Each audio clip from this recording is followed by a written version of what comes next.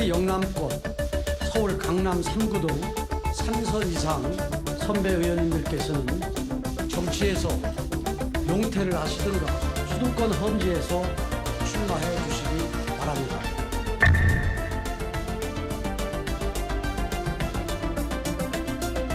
국민들의 걱정을 점점 끼쳐드리는 그러한 사태에 대해서는 그런 분들은 공천에서의 그 감점과 공천 부적격자로까지 해서 이번에 공천 후에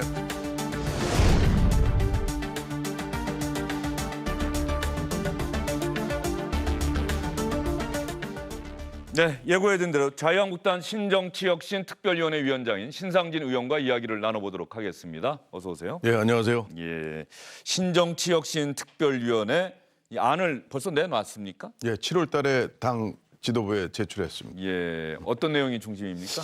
예, 주로 이제 공천 룰에 관한 얘기하고요. 또 당 내부 혁신, 또 정치 일반 혁신 세 가지인데 공천 룰에 관한 것이 제일 중요하죠.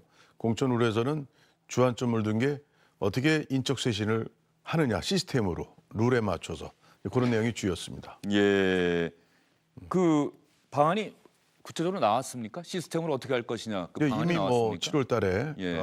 완성을 해서 저 당대표께 보고를 했고 아직 확정은 안 된 거군요. 확정은 이제 총선기획단 활동 끝 무렵이나 아마 공천관리위원회 아마 그 무렵에 결정을 했으면 좋겠다고 황 대표께서 그때 보고를 받고 그런 뜻을 말씀하시더라고요. 예.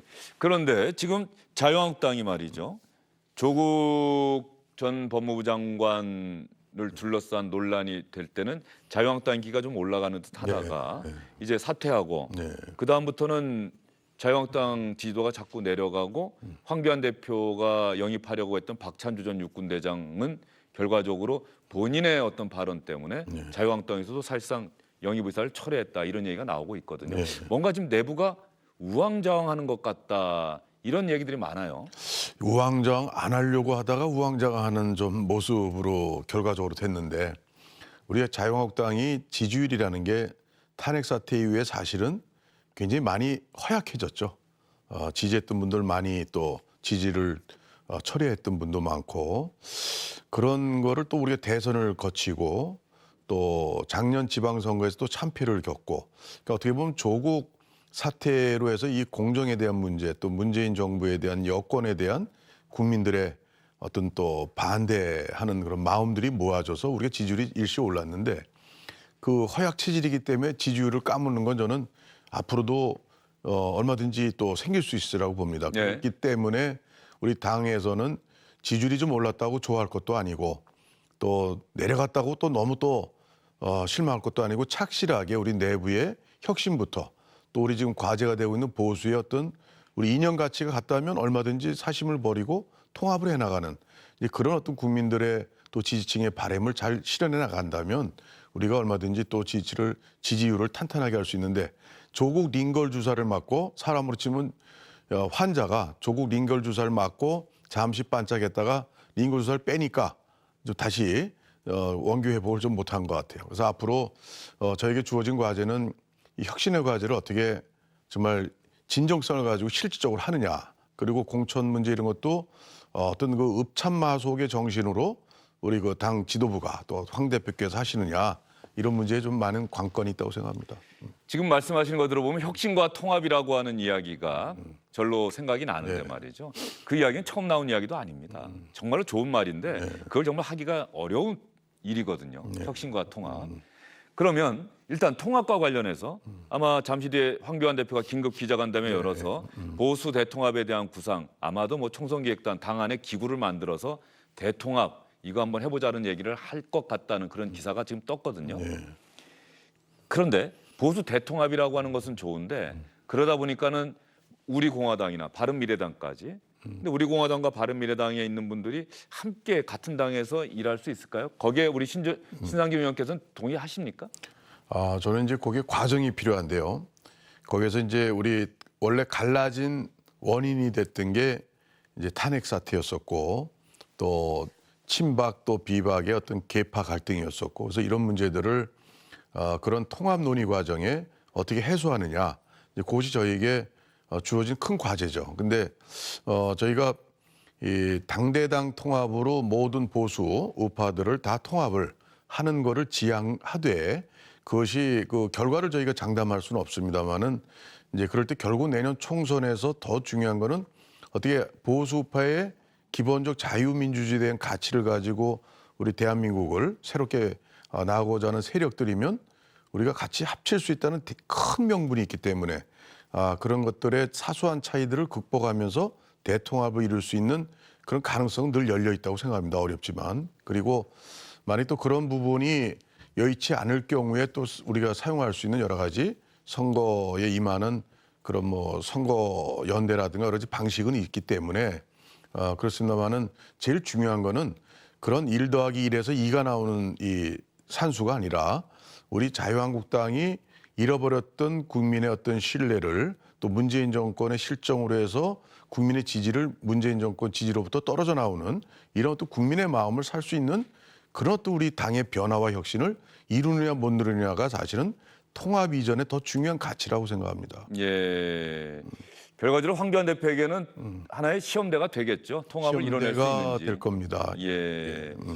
그런데 신상현 의원 지금 말씀을 들어봐도 시청자분들이 좀 구체적이고 좀 뭐랄까 쉽게 좀 말씀을 좀 하시면 좋겠다는 생각이 드는 게 어쨌든 간에 그럼 신 의원께서는 과정이 중요하긴 한데 우리공화당 바른미래당 원래 자유한국당 한 식구였던 사람들이 다시 합치는 거 이걸 지향하시는 거예요? 네, 제가 볼 때는 우리 황 대표께서 지금 지도부에서 아마 그런 두 정당들과의 어떤 그 통합론이나 뭐 만남이 공개되지는 않았지만 그런 것들 아마 해오시고 있지 않나 싶어요. 그래서 그런 부분이 오늘 아마 기자회견 통해서 아마 또 뭐 몇 가지가 더 이렇게 진행된 것에 대한 얘기가 나올지도 모르겠습니다만은 저는 뭐 쉽지 않은 일을 또 해내는 게 또 우리 또 정치권에 우리 또 보수 제1야당에 주어진 또 내년 총선을 승리하지 않으면 안 되는 이런 절박한 우리 한국당의 입장에서는 어렵지만 성취해내야 되는 과제라고 보죠. 근데 사실은 거기서 저희가 꼭 짚고 넘어갈 게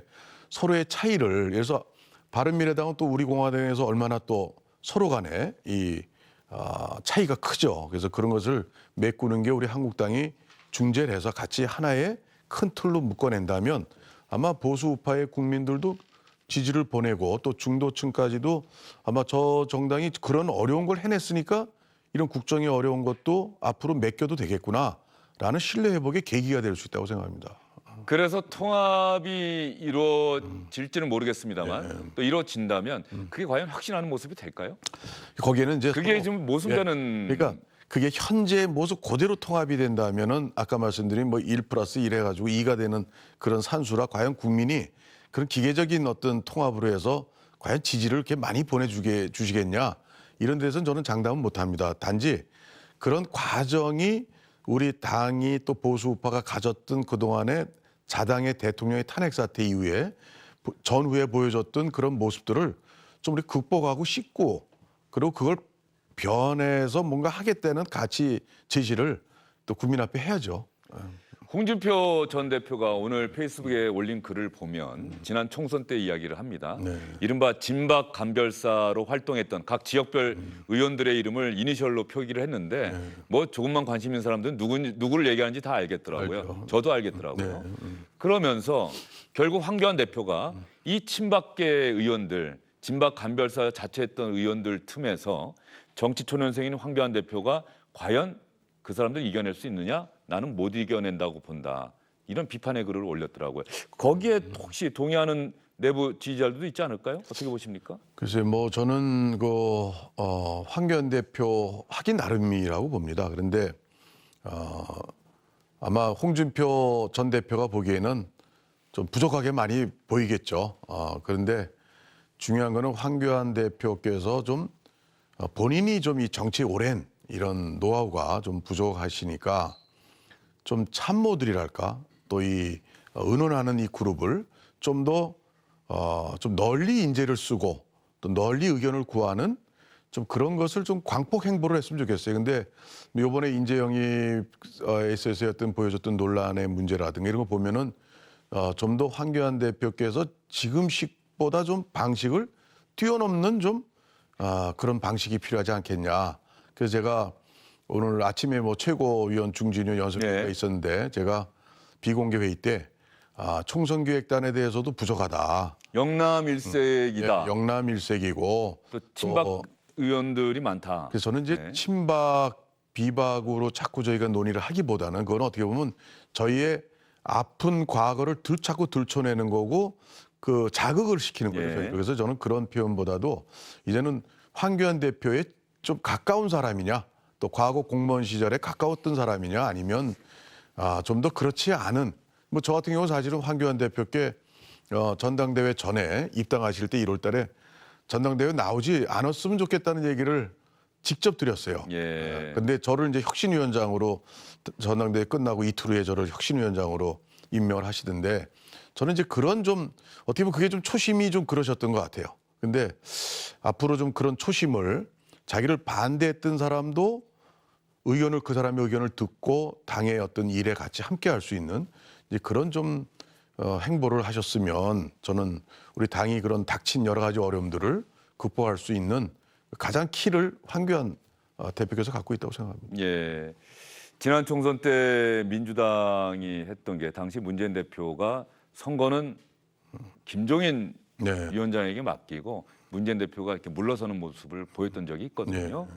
혹시 자유한국당 내부에서도 그런 구상도 한번 해볼 수 있지 않을까 이런 이야기들이 나오고 있는데요. 저는 그 뭐 혁신위원장으로서 하면서 뭐 황교안 대표께 뭐 언론에도 보도가 됐습니다만은 저는 공천에 좀 개입을 좀 안 하겠다라는 그건 당 대표 선언을 좀 하시면 어떠냐.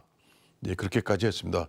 그러니까 이제 실제 뭐 당 대표로서 공천에 공천장 도장을 찍어야 되고 뭐 여러 가지 당 대표 역할은 뭐 하긴 해야 되겠지만 이제 우리가 이제 당내에서나 또 당 밖에서 볼 때 지금 말씀하신 저 그런 좀 쿨하게 그리고 우리 한국당이 20대 총선에서 공천 문제로 그렇게 홍역을 알았으니만큼 예. 우리가 그렇게는 하지 않겠다는 아주 강렬한 의지 표현을 좀 하시는 좀 그런 자세를 가지시면 어떠냐 제안을 드렸는데 뭐 고민해 보시겠다 그러고 아직 시간이 남았으니까요. 더 좀 봐야 되는 문제가 있습니다. 예. 김태웅 의원의 어제 기자회견 이후에 아까 조금 전에 나왔던 얘기입니다만 김정은 의원이 거기에 대해서 반박하는 또 글을 올리고 이런 부분들이 혹시 물론 선거 때문에 늘 있는 일이고 또 앞으로 그것을 어떻게 해결해 나가느냐가 지도부의 몫이긴 한데 말이죠. 그러니까 자유한국당의 앞으로 통합과 혁신의 이런 진통과 갈등이 조금 장애가 되는 건 아닌지 서로가 그동안 속에 쌓여왔던 생각과 감정들이 표출되는 것은 아닌지. 예, 그게 큰 대단한 문제라고 생각지 않습니다. 왜냐하면 그거는 하나의 어떻게 보면 정치적인 하나의 또 이 혁신, 쇄신에 대한 국민 여망과 또 그런 바람들이 있으니까 그렇게 이제 얘기할 수는 있죠. 김태형 의원께서도. 근데 보다 중요한 거는 현실성 있게 하는 게 중요한데 저희는 그래서 공천을 제 생각으로는 혁신위원장을 했던 거로서는 첫째는 룰에 입각해서 해야 된다. 저는 이제 거기서 정치 신인을 가산점을 50% 준다라고 그 안에 돼 있습니다. 그래서 예를 들어서 그리고 뭐 험지와 아닌 것에 대한 뭐 그런 가산점이라든가 또 당의 어떤 공헌자와 또 해당자에 대한 뭐 그런 또 뭐 점수 또 주고 또 감산하는 문제라든가 해서 저 그런 누구나 납득할 수 있는 그 룰을 우리가 먼저 당에서 통과를 시키고 그리고 거기에 따라서 공정하게 한다면 20대 총선의 그 막장 공천 같은 일은 없을 것이고 또 이번에 또 김태형 의원께서 하신 그런 발언은 이제 좀 획일적이죠. 어떻게 보면 뭐 삼선 영남권 또 뭐 어떻게 보면 한국당 텃밭 지역에서 삼선 사선했다고 무조건 험지로 가고 사퇴 어떻게 보면 험지로 간다는 얘기는 이제 거의 한 7, 80%, 8, 90%는 쉽지 않은 거죠. 예. 예, 그런 이제 그것을 획일적으로 강요할 수는 없는 문제고 강요되지도 않을 거고 받아들이지도 않을 거라고 생각되는데 중요한 건 이제 공천 룰 시스템에 의해서 정확하게 계량화할 수 있는 건 계량화하고 그래서 평가해서 공천에서 배제를 한다거나 뭐 그런 식의 방법이 얼마든지 있다고 생각합니다. 민주당에서는 이철희 표창원 의원 두 명의 초선 의원들이 선제적으로 네. 불출마 선언하면서 민주당에서는 이 두 의원까지 포함하고 불출마 의사 밝힐 의원이 대략 20명은 될 것이다. 그리고 또 하위 25% 공천에서 탈락시킨다. 그러면 물갈이 폭이 최소 40명, 뭐 많게는 50명도 될 것이다. 이런 이야기가 나오고 있는데 야당 입장에서는 야당이라고 한다면 오히려 여당보다도 그런 어떤 쇄신의 폭이 더 넓어야 되지 않을까, 커야 되지 않을까 이런 생각하지 않으십니까? 예, 저희 그 예전에 그 이회창 그 총재 때 한국당에 이제 뭐 과거 이제 한나라당 뭐 이런 신한국당 이럴 때 보면 그때 뭐 김윤환 총재라든가 그 막강한 분들이 탈락됐죠. 탈락이 됐어요. 숫자보다도 상징성인 인물을 탈락시키면서 이제 당시 그 당의 이제 뭐 그 혁신적 이미지, 쇄신의 이미지를 아주 국민께 강하게 이제 드렸죠.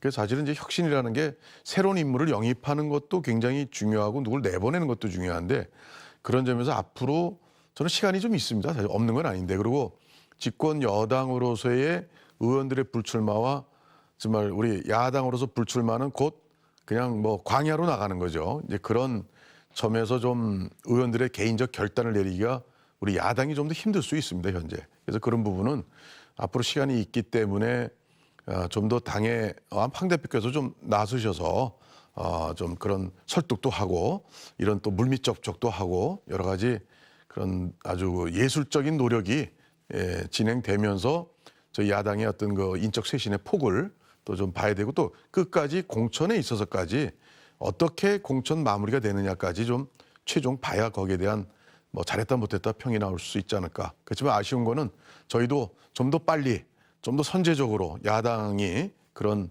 인적 쇄신의 어떤 그런 이 정말 희생적 모습을 보여줘야 된다고 생각합니다. 예, 홍준표 전 대표가 나는 이제 내 인생의 마지막 정치를 시도할 생각이고 그동안 나는 당으로부터 어떤 도움도 제대로 받은 적이 없다. 혼자 정치를 해왔다. 그러면서 나의 마지막 도전에 누가 이래라 저래라 할 수는 없다. 이런 취지의 글을 올렸더라고요. 내 지역, 내가 어디로 출마하든지. 그런데 당이라고 하는 데서는 그렇다고 해서 홍준표 전 대표만 홍준표 전 대표 마음대로 하세요. 이럴 수는 또 없잖아요. 그 모순되는 충돌되는 상황인데 그 문제가 앞으로 어떻게 해결될 수 있을까요? 뭐 저 같은 경우는 좀 생각하기 어려운 발언인데요. 예. 이 당은 조직이고 또 공천이라는 것은 그 당 조직에서 최고의 결정해 나가는 하나의 중요한 결정 사안이죠. 근데 홍준표 전 대표께서 뭐 본인이 스스로 본인을 평하기를 난 독고다이다 했듯이 좀 약간 그런 좀 기분이 드네요. 그러니까 누구나 뭐 그러면 저 같은 경우도 사실은 당의 도움을 안 받은 사람이 어디 있겠어요. 근데 저 같은 경우도 사실은 당의 도움을 받아서 어쨌든 공천이 돼서 국회의원을 지금 하고 있는데 저희 뭐 경기 성남 중원 같은 데는 과거에 보면은 서울 경기 인천 지역에서 예.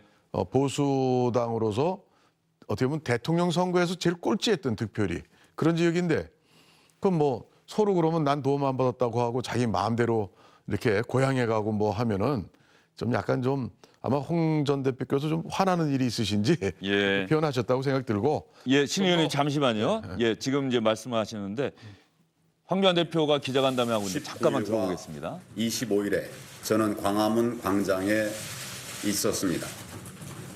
국민들의 절절한 함성을 들었습니다. 위선과 불의를 물리치고 나라를 바로잡기 위해 전국 곳곳에서 달려온 분들의 간곡한 소망을 들었습니다. 가족이 함께 나온 어떤 젊은 부부는 제게 이렇게 말했습니다.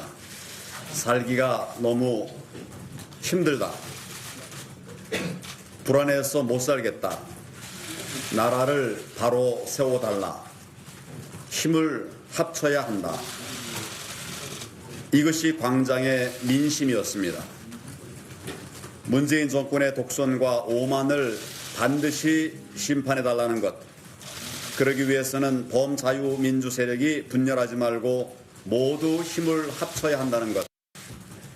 그것이 나라를 사랑하는 시민들의 염원이었고 또 명령이었습니다. 저는 이 국민의 염원과 명령을 받들어야 한다고 생각합니다. 그래서 오늘 저는 자유민주주의와 시장 경제의 헌법 가치를 받드는 모든 분들과의 정치적 통합을 본격적으로 추진할 것을 선언드립니다. 우리가 추구하는 자유민주주의 체제에서는 국민 모두가 자유롭고 행복하게 살 수 있습니다. 우리가 추구하는 시장 경제에 의하면 국민이 자율적으로 활발하게 경제활동을 할 수 있습니다. 이런 나라를 만들기 위해서는 우선 총선 승리가 필요합니다. 이를 위해서는 자유우파의 대통합이 반드시 필요합니다. 사실 지난 탄핵 과정에서 보수가 분열되고 정권을 내주고 두 전직 대통령이 영어에 몸이 되면서 자유우파 정치권 전체에 엄청난 정치적 상처가 생긴 것이 부인할 수 없는 사실입니다. 감정의 골도 깊게 패였습니다. 하지만 지난 10월 국민항쟁은 우리 선조들이 피 흘려 지켰던 대한민국을 지키고 흔들리는 대한민국을 바로 잡아야 한다는 큰 시대적 명령을 내려주셨습니다. 돌이켜보면 이 독선적이고 무능한 좌파 정권을 막아내지 못한 책임에서 우리 누구도 자유로울 수 없습니다. 자유우파의 정치인들 모두는 이 정치적 실패에 대한 책임을 남에게 돌리는 것이 아니라 스스로에게 묻는 성찰의 자세를 먼저 가다듬어야 합니다. 이는 자유한국당 당대표인 저의 책임입니다. 자유한국당의 책임이며 자유우파 정치인 모두의 책임입니다.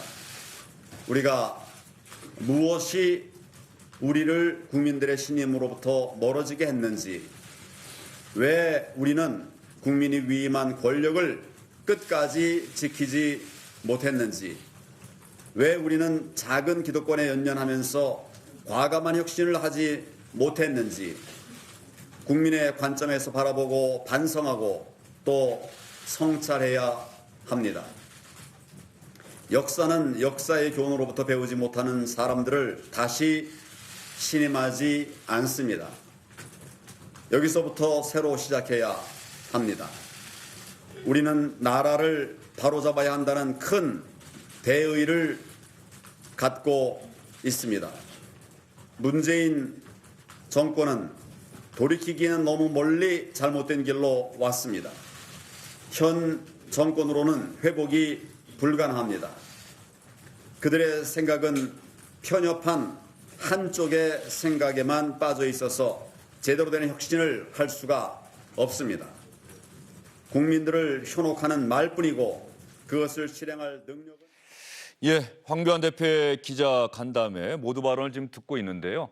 현 정부에 대한 비판의 발언은 늘 해왔던 일이고 오늘 황교안 대표 기자 간담회 핵심은 이거인 것 같습니다. 지금으로부터 모든 자유우파 진영에 속한 분들의 정치적 통합을 본격적으로 추진해 나갈 것임을 선언합니다. 근데 결국은 방법론이 문제일 것 같은데 아까 신상진 의원께서도 예술적으로 해야 된다는 표현을 하셨는데 이 통합을 선언한다고 해서 되는 건 아니고 말이죠. 그 황교안 대표가 무슨 보관 같은 걸 얘기한 게 있습니까? 그래서 아까 지금 그 기자회견 발언을 저도 들었습니다만은 아마 여태까지는 보수 통합의 아마 당위성 또 필요성을 그동안 쭉 이렇게 해오시다가 아마 이번에 오늘 발언은 보수 통합에 대한 또 의지를 강력히 표명한 것 같아요. 그리고 아마도 우리공화당이나 또 바른미래당하고 뭔가 아마 물밑에 통합에 대한 논의가 전혀 없으리라고 보지는 않았습니다. 좀 일정 논의를 해왔던 부분에 글쎄 끝까지 발언을 제가 못 들어서 그렇지만 그런 부분을 아마 좀 더 결실이 있는 어떤 논의가 앞으로 나오지 않을까 저는 그렇게 좀 듣고 있습니다. 결과적으로 저 문제가 황교안 대표 정치는 초년생이지만 제1야당의 대표인데 앞으로 정치적 운명을 가를 수 있는 시험대가 되겠군요. 예, 물론 시험대가 이제 되겠으나만은 결국은 저는 중요한 것이 보수 통합과 아울러서 또는 더 먼저 저희 당이 좀 더 쇄신과 혁신을 보여줄 수 있는 그런 좀 작업들이 강력히 지금 이 순간이라도 좀 진행이 되는 게 저는 급선무라고 봅니다. 예, 시스템을 많이 얘기하는데 또 많은 분들은 또 인적 쇄신에 인적 쇄신 포함해서 그렇죠. 갖고 있는 것 같은데요. 알겠습니다. 오늘 자유한국당 신정치혁신특별위원회 위원장이신 신상진 의원과 이야기 나눠봤습니다. 오늘 긴 시간 말씀 잘 들었습니다. 감사합니다.